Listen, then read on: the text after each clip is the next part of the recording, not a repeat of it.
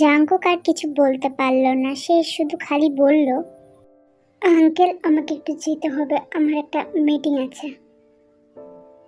হ্যাঁ ঠিক আছে, আর তোমাকে কিন্তু অবশ্যই সোমবার আসতে হবে, আর এই সোমবারের আগে তে অফিসে আসবে না, তারপর আবার যেমন আসতো তেমন আসবে। আজ তাহলে আসি। বলেই তের বাবা চলে গেলেন। তের বাবা চলে যেতে জাঙ্কুক নিজের সিটে ধপ করে বসে পড়ল। নিজের মাথা নিচে চেপে ধরে ডুকরে কেঁদে উঠল। কেন কেন কেন কেন এমন করলে তুমি? তুমি এভাবে আমাকে ছেড়ে চলে গেলে। ভেবেছিলাম যে তুমি হয়তো অন্যদের মতো নও, কিন্তু তুমি এমন করলে। তুমি কি কিছু বুঝতে পারোনি নাকি না বোঝার ভান করছো? এত সহজ এত বড় সিদ্ধান্ত নিয়ে নিলে?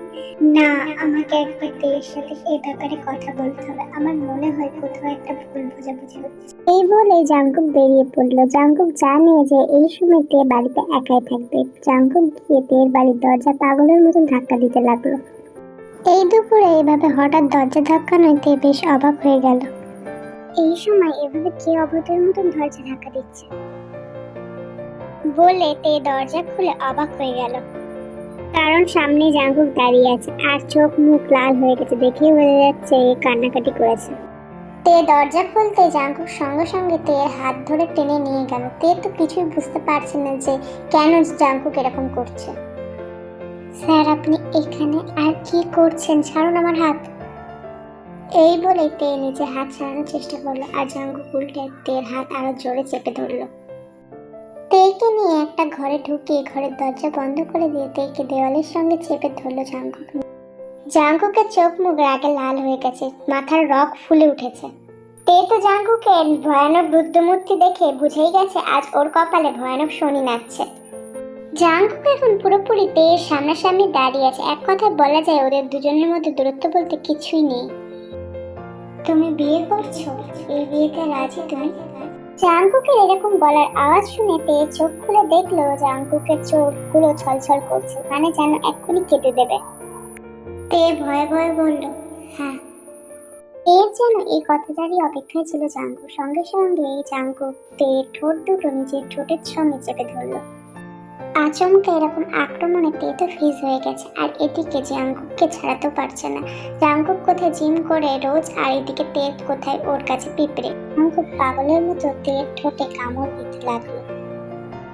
তে ঠোঁট কেটে রক্ত পড়তে শুরু করলো। প্রায় 5 মিনিট পর জাঙ্কুক তের ঠোঁট ছেড়ে দিতেই দেখলো ওর ঠোঁট কেটে গেছে। সেখানে একটা আলতো কিস করে বলল, তোমার ওপর অধিকার শুধু আমার আছে, বুঝেছ?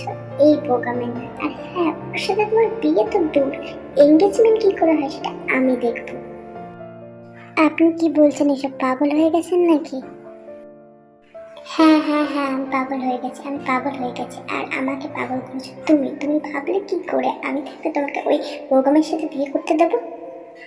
দেখুন স্যার, এসব ফালতু কথা বলবেন না। বোগাম আমাকে ভালোবাসে, তাই আমি বিয়ে করছি।